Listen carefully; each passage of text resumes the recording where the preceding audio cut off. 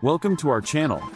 If you're interested in Japan's hidden sides, political shifts, and cultural nuances, you've come to the right place. Don't forget to subscribe, hit the like button, and ring the notification bell to stay updated on Japan's most intriguing topics. In Japan, a major political shakeup has occurred. On October 27th, the ruling coalition of the Liberal Democratic Party, LDP and Komeito faced a shocking defeat in the general election, losing their majority hold on the Japanese parliament. However, despite the ruling coalition's collapse, no other party holds a clear majority either. The outcome? Political chaos. Japan's political landscape is now more uncertain than ever, leaving many wondering who will emerge as the new leader capable of navigating this confusion. Meet Japan's rising power player, the Democratic Party for the People. With Japan's major parties at a standstill, one name now dominates discussions as a possible kingmaker: Democratic Party for the People DPP, or in Japanese. This party managed to triple its seats in parliament, positioning itself as a potential deciding factor in policy direction. But who are they? The DPP, led by Tamaki Yuichiro, is a centrist party, attracting a unique mix of voters. Their policies range from moderate conservative to liberal, covering both societal reforms and economic policies. Who is Tamaki Yuichiro? Now, let's get to know Tamaki Yuichiro, the DPP's leader. Tamaki is an elite politician with a solid educational and professional background.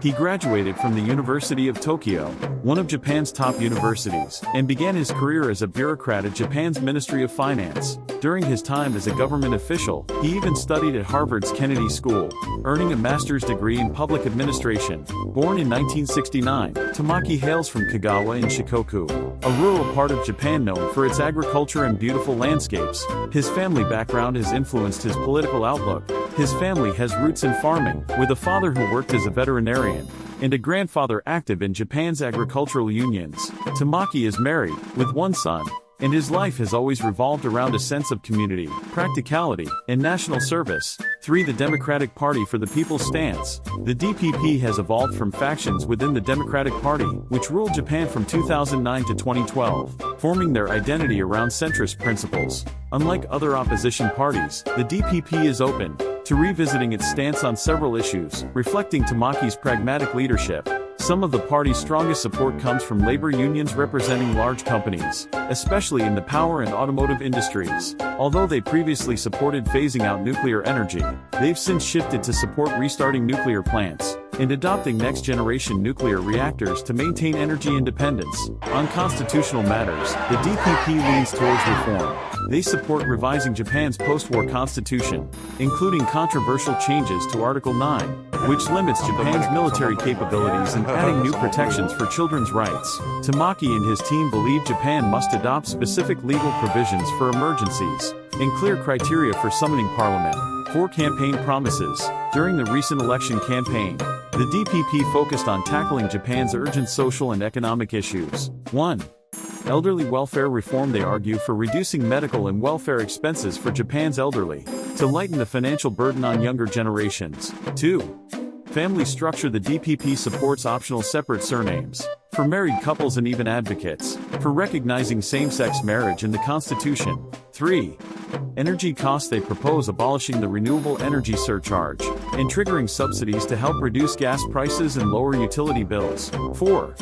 Tax reforms. The DPP advocates increasing tax exemptions for households and removing caps on annual income that disadvantage dual-income families. 5. Basic income model. One of their most talked about proposals is a Japanese-style basic income for citizens. 6. Consumption tax reduction. The DPP has campaigned to reduce the consumption tax from 10% to 5%, aiming to help families keep more of their earnings. 5. Controversy. The euthanasia debate. One of Tamaki's recent statements stirred considerable debate. He suggested that Japan might need to consider a form of euthanasia, or end-of-life care reform to manage the spiraling costs of elderly health care. While this idea sparked backlash, with some critics labeling it as bordering on eugenics, younger generations praised it as a courageous, albeit controversial, response to Japan's aging crisis. The concept gained traction among young professionals and workers, who often feel burdened by taxes supporting the country's elderly.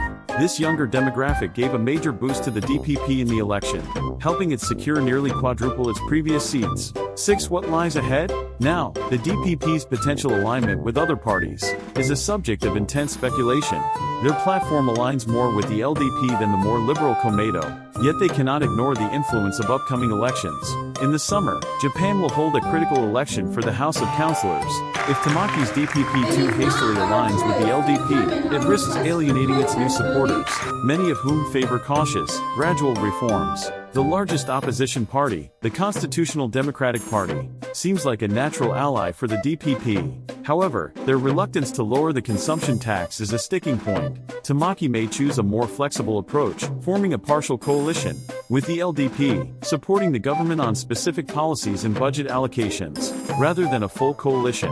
7. The power of policy bargaining. Should the DPP go for a partial coalition, they'll have the power to negotiate policy terms with both sides, giving Tamaki immense influence. Key issues on the bargaining table could include healthcare reform, social welfare, and possibly revising Japan's tax policies. All eyes will be on Tamaki and the DPP during the extraordinary session of Parliament on November 11th, when they're expected to cast a crucial vote for Japan's next Prime Minister. How Tamaki directs his votes may shape Japan's future and the fate of its struggling social welfare systems. Conclusion: potentially a new direction for Japan. The DPP's unexpected rise signals the start of a new political era in Japan. Tamaki and his party have sparked hope among younger Japanese citizens frustrated by Japan's mounting debt, aging society, and costly welfare programs. The DPP's next moves could catalyze long-delayed reforms in healthcare, pensions, and social security. This shift could pave the way for dramatic changes in Japan's social landscape over the coming years. With Tamaki in a pivotal role, his policies could redefine Japan's balance between tradition and progress, stability, and innovation. What do you think about Japan's political future? Do you think the DPP will reshape Japan's policies for a more sustainable future? Let us know in the comments. And don't forget to like, subscribe, and hit the notification bell to stay updated on Japan's latest and most fascinating developments.